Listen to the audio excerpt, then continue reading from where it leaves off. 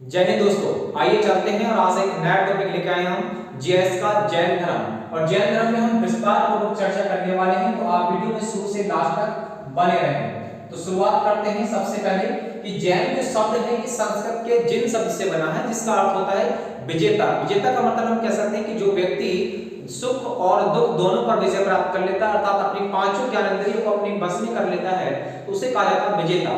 ठीक है, जिन कहा जाता है। तो यही चीज हम यहाँ जानने वाले हैं। तो सबसे पहले हमें जानना जरूरी है कि जो तीर्थंकर है, तीर्थंकर का मतलब हम कह सकते हैं कि यहाँ पर जो जैन धर्म के संस्थापक हुए हैं और जैन धर्म को आगे बढ़ाने वाले जो हुए हैं उन्हें तीर्थंकर कहा गया है। ठीक है, जो विस्तार करने वाले हुए जो जैन धर्म के तीर्थंकर अब तक हुए हैं तो वो 24 तीर्थंकर हुए हैं। कितने? 24। और 24 तीर्थंकर में जो महत्वपूर्ण तीर्थंकर हैं जो कक्षा में पूछे जाते हैं, मैं उन पर चर्चा करने वाला हूं। तो आप समझेंगे सबसे पहले यहाँ पर हम कह सकते हैं कि जो प्रथम तीर्थंकर हुए हैं, प्रथम तीर्थंकर की हम बात करते हैं तो उनका नाम है ऋषभदेव। क्या नाम है? ऋषभदेव। और इन्हीं को आदिनाथ के नाम से भी जाना जाता है। किस नाम से? आदिनाथ के नाम से भी इनको जाना जाता है। ठीक है, और इन्हीं को कहा जाता है कि आपसे कहा जाए जैन धर्म के संस्थापक कौन है, तो ऋषभदेव आदिनाथ जी हैं। और इनके साथ साथ में आपको प्रतीक चिन्ह भी याद रख लेना है। तो प्रतीक चिन्ह आपसे कहा जाए तो इनका प्रतीक चिन्ह क्या है? तो प्रतीक चिन्ह इनका सांड। क्या है? सांड। सांड इनका प्रतीक चिन्ह है। दूसरे अगर हम बात करते हैं तो जो सेकंड नंबर पे आते हैं वो आते हैं अजितनाथ। कौन आते हैं? अजितनाथ। और अजितनाथ का प्रतीक चिन्ह अगर आपसे पूछा जाए, प्रतीक चिन्ह आप ध्यान रखना क्या है? हाथी है। क्या है? हाथी। और यदि आप लोगों से पूछा जाए तीसरे नंबर पे कौन आते हैं, तो आते हैं संभवनाथ। कौन आते हैं? संभवनाथ जी आते हैं। और संभवनाथ जी का जो प्रतीक चिन्ह आपसे पूछा जाए तो प्रतीक चिन्ह क्या होगा? घोड़ा हो जाएगा। क्या हो जाएगा इनका? घोड़ा हो जाएगा। यदि आप लोगों से पूछा जाता है कि यहाँ पर फोर्थ नंबर पर कौन आते हैं, तो आप बता देंगे फोर्थ नंबर पर आ जाते हैं यहाँ पर अभिनंदननाथ। कौन आते हैं? अभिनंदननाथ आते हैं। और इनका जो प्रतीक चिन्ह माना जाता है किसको माना जाता है? तो प्रतीक चिन्ह इनका बंदर। क्या है? बंदर इनका प्रतीक चिन्ह माना जाता है। तो हमें सभी को याद करने की आवश्यकता नहीं है, लेकिन जो महत्वपूर्ण है जो परीक्षा में पूछे जाते हैं हम उनको तैयार कर लेंगे। वैसे भी हमें क्या करना है? हमें एग्जाम को क्वालिफाई करना है, तो बस इतना ही हम चीजें आपको याद रहनी चाहिए। तो हम यहाँ कह सकते हैं कि जो 16वें नंबर पर आते हैं क्रम, 16 क्रम पे आते हैं तो वो आते हैं शांतिनाथ। कौन आते हैं? शांतिनाथ जी आते हैं। और शांतिनाथ जी का जो प्रतीक चिन्ह है, प्रतीक चिन्ह आप ध्यान रखना तो क्या मिलता है? हिरण मिलता है। तो कभी कभी इनके प्रतीक चिन्ह पूछे जाते हैं, इसलिए आपको प्रतीक चिन्ह याद रहना है। और आपसे पूछे जो 22वें क्रम पर आते हैं, तो 22वें क्रम पर आते हैं अरिष्टनेमि। कौन आते हैं? अरिष्टनेमि आते हैं। और अरिष्टनेमि की अगर हम चर्चा करते हैं तो अरिष्टनेमि को नेमिनाथ के नाम से भी जाना जाता है। किस नाम से? नेमिनाथ के नाम से भी इनको जाना जाता है। और इनका प्रतीक चिन्ह आपसे पूछा जाए तो कौन, क्या नाम है? इनके प्रतीक चिन्ह का शंख है। क्या है? शंख है। और आपसे ये ध्यान रखना कि ऋग्वेद में, तो ऋग्वेद में अगर उल्लेख मिलता है, किसमें मिलता है? ऋग्वेद में उल्लेख मिलता है किस नाम से? वासुदेव नाम से। किस नाम से? वासुदेव। और वासुदेव कौन है? तो कृष्ण के भाई। क्या है? कृष्ण के भाई हैं। तो आप यहाँ थोड़ा ध्यान रखें कि यहाँ पर कि ऋग्वेद में उल्लेख किसका मिलता है? तो अरिष्टनेमि का मिलता है, नेमिनाथ का मिलता है। इनका प्रतीक चिन्ह क्या है? शंख है। वासुदेव नाम से इनका प्रतीक मिलता है। आपसे पूछे यहाँ पर 23वें क्रम पर कौन आते हैं, तो 23वें जो क्रम पे आते हैं वो आते हैं पार्श्वनाथ जी। कौन आते हैं? पार्श्वनाथ जी आते हैं। उनका जो प्रतीक चिन्ह है, प्रतीक चिन्ह माना जाता है इनका सांप। क्या माना जाता है? सांप माना जाता है। और ये कहाँ के रहने वाले माने जाते हैं? इनका जन्म वाराणसी का। कहाँ पर? उत्तर प्रदेश के वाराणसी का इनका जन्म माना जाता है। और यदि आपसे पूछा जाए कि इन्होंने, इनके बारे में कोई चर्चा और ध्यान रखना कि इन्होंने महाव्रत अर्थात व्रत की हम बात करते हैं तो इन्होंने जैन धर्म के 4 व्रत बताए थे। कितने व्रत बताए थे? 4 व्रत। तो आपसे पूछे कि जैन धर्म के कितने व्रत हैं, तो 4 व्रत हैं। और 4 व्रत में कौन कौन से आते हैं? तो एक आता है सत्य। क्या आता है? सत्य। दूसरा हम बात करते हैं तो आता अहिंसा। और तीसरे की हम बात करते हैं तो तीसरा पॉइंट मिलता है आपका अस्तेय। अस्तेय हम कह सकते हैं या फिर कह सकते हैं अचौर्य। क्या कह सकते हैं? अचौर्य। और चौथा पॉइंट हम बात कर सकते हैं तो मिलता है आपका अपरिग्रह। क्या मिलता है? अपरिग्रह। तो अपरिग्रह की हम बात यहाँ पर कर लेते हैं। सत्य का मतलब है कि झूठ नहीं बोलना है। अहिंसा का मतलब है यहाँ पर कि हिंसा को नहीं करना है। और यहाँ पर अस्तेय या अचौर्य का मतलब हम कह सकते हैं कि यहाँ पर चोरी को नहीं करना है। और अपरिग्रह का मतलब होता है कि धन को इकट्ठा नहीं करना, धन को एकत्रित नहीं करना है। ये चीज मिल सकती है आप लोगों को। ठीक है, तो इनके बारे में आप थोड़ा ध्यान रखेंगे। और यदि आप लोगों से पूछा जाता है कि ये 24वें नंबर पर मिलते हैं, तो 24वें नंबर पर मिलते हैं कौन? महावीर स्वामी जी। और महावीर स्वामी जी की अगर मैं चर्चा करता हूं तो महावीर स्वामी जी का जो प्रतीक चिन्ह है, प्रतीक चिन्ह मिलता है क्या? सिंह। क्या मिलता है? सिंह इनका प्रतीक चिन्ह मिलता है। और यदि इनके बारे में पूछा जाए कि इनका जन्म कब होता है, तो जन्म होता है इनका 540 BC में इनका जन्म होता है। इनकी अगर हम बात करते हैं तो कहाँ होता है, तो कुंडग्राम में होता है। कहाँ होता है, कुंडग्राम। और कुंडग्राम कहाँ पर है, तो आप कह सकते हैं कि बिहार के अंदर है। बिहार का एक जिला है वैशाली, वैशाली के अंदर कुंडग्राम में इनका जन्म होता है। इनके पिता का नाम पूछे तो पिता का नाम ध्यान रखना, पिता का नाम क्या है, इनके सिद्धार्थ है। क्या नाम है, सिद्धार्थ। तो पिता का नाम आपसे पूछा जाए कि पिता का नाम क्या है, तो सिद्धार्थ आप बताएंगे। यदि आप लोगों से पूछा जाता है कि आप बताइए कि ये सिद्धार्थ जो है, ये महावीर स्वामी जी हैं, ये किस वंश के हैं, तो वंश पूछा जाता है आप लोगों से, तो ध्यान रखना ज्ञातृक वंश है। कौन सा वंश है, ज्ञातृक वंश है। माता का नाम आपसे पूछा जाए तो बताएंगे कि माता का जो नाम है क्या नाम है, त्रिशला है। क्या नाम है, त्रिशला। और त्रिशला किसकी बहन मानी जाती है, तो ये है चेटक की बहन। किसकी, चेटक की बहन है। और चेटक कौन है ये, तो चेटक के बारे में आप थोड़ा समझेंगे कि ये लिच्छवी शासक थे। कौन थे, लिच्छवी शासक थे, जो कि आप जानते हैं कि हर्यक वंश के जो शासक हुए हैं बिंबिसार। तो बिंबिसार क्या है, ससुर थे। तो बिंबिसार के ससुर कौन थे, तो चेटक थे। चेटक की बहन कौन है, त्रिशला। त्रिशला अगर हम बात करते हैं किसकी माता है, तो ये महावीर स्वामी जी की माता है। और इनके बचपन का नाम पूछा जाए, महावीर स्वामी के बचपन का नाम क्या है, तो आप बताएंगे यहाँ से क्या नाम हो जाएगा, वर्धमान हो जाएगा। क्या हो जाएगा, वर्धमान महावीर हो जाएगा। और यदि आप लोगों से पूछा जाता है कि इनकी पत्नी का नाम क्या है, तो पत्नी का नाम इनकी यशोदा है। क्या नाम है, यशोदा। तो पत्नी का नाम इनके यशोदा हो जाएगा। इनके दामाद का नाम क्या है, ये भी पूछ सकता है लोगों से। ठीक है, इनकी पुत्री का नाम क्या है, तो पुत्री का नाम क्या है, इनकी प्रियदर्शनी। प्रियदर्शनी क्या है, इनकी पुत्री का नाम है प्रियदर्शनी। तो ये भी ध्यान रखना, प्रियदर्शनी इनकी पुत्री का नाम है।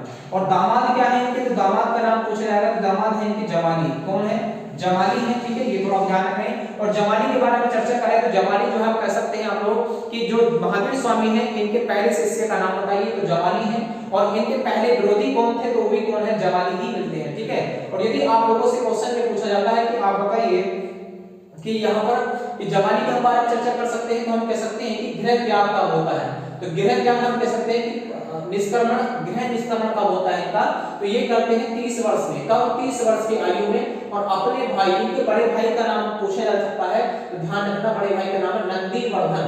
क्या नाम है, नंदीवर्धन की आज्ञा से ये घर को छोड़ देते हैं। और यहाँ पर हम कह सकते हैं कि 12 वर्ष तक क्या करते हैं, गहन तपस्या करते हैं। 12 वर्ष तक क्या करते हैं, गहन तपस्या करते हैं। और यहाँ कह सकते हैं कि हम 42 वर्ष की आयु में, कितनी, 42 वर्ष की जो आयु है, उस आयु में क्या करते हैं, ज्ञान की प्राप्ति करते हैं। क्या करते हैं, ज्ञान की प्राप्ति करते हैं। ठीक है, और ज्ञान की प्राप्ति जो होती है वो किस गांव में होती है, किस ग्राम में होती है, तो आप ध्यान रखना कि यहाँ पर हम कह सकते हैं जो ग्राम था जहाँ पर ज्ञान की प्राप्ति होती है, तो वो जराम्बिक ग्राम। कौन सा, जराम्बिक ग्राम है जहाँ पर ज्ञान की प्राप्ति होती है। आप लोगों से पूछा जाए कि आप बताइए कि कौन सी नदी थी, तो नदी आप बताएंगे ऋजुपालिका। कौन सी, ऋजुपालिका नदी है। और ऋजुपालिका नदी के किनारे पे ही इन्हें ज्ञान की प्राप्ति होती है। और वृक्ष कौन सा था, तो वृक्ष आप बताएंगे कि साल का वृक्ष था। किसका, साल का वृक्ष था। ठीक है, तो ये चीज आप ध्यान रखें कि साल का क्या था, वृक्ष था। और आप लोगों से पूछा जाता है यहाँ से कि आप बताइए कि इनकी जो प्रमुख उपदेश है इन्होंने, तो प्रमुख उपदेश कहाँ दिए थे, तो राजगृह में दिए थे। कहाँ दिए थे, राजगृह में। और राजगृह में पहाड़ी मिलती है, बितुंचला की पहाड़ियां, बितुंचला की पहाड़ियां। तो यहाँ पर ही क्या देते हैं, ये अपने उपदेश देते हैं। ठीक है, और नदी पूछा जाए तो यहाँ पे एक नदी मिलती है, कौन सी, बराकर नदी। तो बराकर नदी के किनारे पर इन्होंने अपने क्या देते हैं, अधिकतम ये प्रमुख क्या देते हैं, उपदेशों की बात यहाँ पर की गई है। उपाधि की बात करते हैं तो उपाधि कौन सी इनको मिलती है, तो उपाधि मिलती है तो कितनी, 4। पहली उपाधि हम बात करते हैं तो कैवलीन उपाधि मिलती है। कौन सी, कैवलीन उपाधि इनको मिलती है। और दूसरी उपाधि की हम बात करते हैं तो जिन उपाधि मिलती है। कौन सी, जिन। तीसरी उपाधि की अगर मैं बात करता हूं तो तीसरी जो उपाधि मिलती है वो मिलती है निग्रंथ। कौन सी, निग्रंथ उपाधि मिलती है। चौथी उपाधि की हम बात करते हैं तो अरहत उपाधि मिलती है। कौन सी, अरहत। तो महावीर स्वामी जी को 4 उपाधियां मिलती हैं जो प्रमुख रहती हैं। एक पहली कैवलीन है, जिन है, निग्रंथ है, अरहत है। कैवलीन की अगर मैं चर्चा करता हूं तो कैवलीन उपाधि का मतलब यहाँ पर ये है कि जो सर्वोच्च ज्ञान की हम बात करते हैं, संपूर्ण ज्ञान की हम बात करते हैं, उसे कहा जाता है क्या, कैवलीन कहा जाता है। और जिन का मतलब होता है विजेता। क्या होता है, विजेता। जिसने अपनी ज्ञानेंद्रियों पर विजय प्राप्त कर ली हो उसे कहा जाता है विजेता, अर्थात जिन कहा जाता है। और निग्रंथ की मैं चर्चा करता हूं तो निग्रंथ का मतलब है जिसपे कोई बंधन नहीं हो, तो बंधन रहित व्यक्ति को कहा जाता है निग्रंथ कहा जाता है। और चौथा पॉइंट है आपका अरहत। अरहत का मतलब है जो पूज्य योग्य है, जिसकी पूजा की जाए, ऐसे व्यक्ति को अरहत कहा जाता है। तो इनकी 4 उपाधियां मिलती हैं। तो आपसे कहा जाए कि महावीर स्वामी को कितनी उपाधियां प्राप्त थी, तो 4 उपाधियां मुख्यतः प्राप्त थी। ठीक है, और आप लोगों से पूछे कि यहीं पर आपसे कहा जाता है कि इन्हें ज्ञान की प्राप्ति कहां पर होती है, तो जरंबे के ग्राम में होती है। कौन सी नदी, ऋजुपालिका नदी। कौन सा वृक्ष होता है, तो साल का वृक्ष होता है। ठीक है, इतनी बात आपको बेहतर तरीके से समझ में आ रही होगी। अब आप लोगों से पूछा जाता है कि आप बताइए कि यहाँ पर एक पॉइंट और मिलता है। पॉइंट क्या मिलता है, आपसे पूछा जाएगा कि महावीर स्वामी जी ने एक व्रत जोड़ा था। कौन सा व्रत जोड़ा है, तो ये भी चीज आप ध्यान रखना। तो इन्होंने एक व्रत जोड़ा जिसका नाम था यहाँ पर ब्रह्मचार्य। क्या नाम था, ब्रह्मचार्य।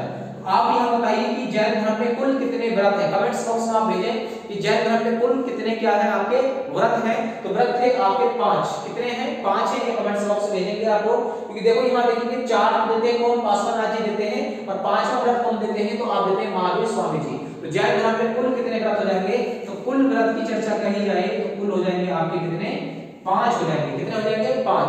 सत्य हो जाएगा, अहिंसा हो जाएगा, अस्त्य हो जाएगा, और आपका यहाँ पर अपरिग्रह और एक कौन सा हो जाएगा, ब्रह्मचर्य हो जाएगा। तो 5 व्रत मिलते हैं जैन धर्म के अंदर। अब चर्चा यहाँ पर विषय मिलती है कि जैन धर्म में कितने ज्ञान मिलते हैं। तो जैन धर्म के अंदर ज्ञान की चर्चा की गई है, 5 ज्ञान। कितने ज्ञान, 5। तो जैन धर्म में हमसे पूछा जाए ज्ञान कितने हैं, तो आप कह सकते हैं कि 5 ज्ञान है। और 5 ज्ञान में कौन कौन से ज्ञान है इसकी हम बात कर लेते हैं।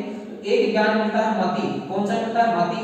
दूसरा मिलता है श्रुति, और तीसरे की हम बात करते हैं तो तीसरा पॉइंट जो मिलेगा आपको, तीसरा मिलता है आपका यहाँ से कौन सा, अवधि।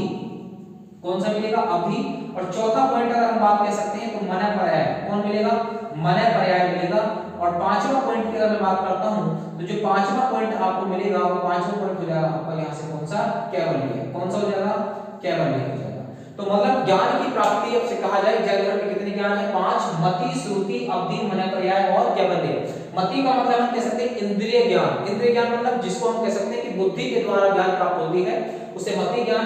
श्रुति ज्ञान मतलब सुनने के बाद ज्ञान की प्राप्ति हो तो उसे कहा जाता है श्रुति ज्ञान। और अवधि ज्ञान का मतलब होता है कि दिव्य ज्ञान की चर्चा की गई है। किसकी, दिव्य ज्ञान की चर्चा की गई है। यदि हम कह सकते हैं कि मन पर्याय की बात करते हैं तो मन पर्याय का मतलब होता है कि किसी दूसरे व्यक्ति का मन की बात जान लेना, उसके मस्तिष्क की बातों को जान लेना ही क्या कहलाता है, मन पर्याय कहलाता है।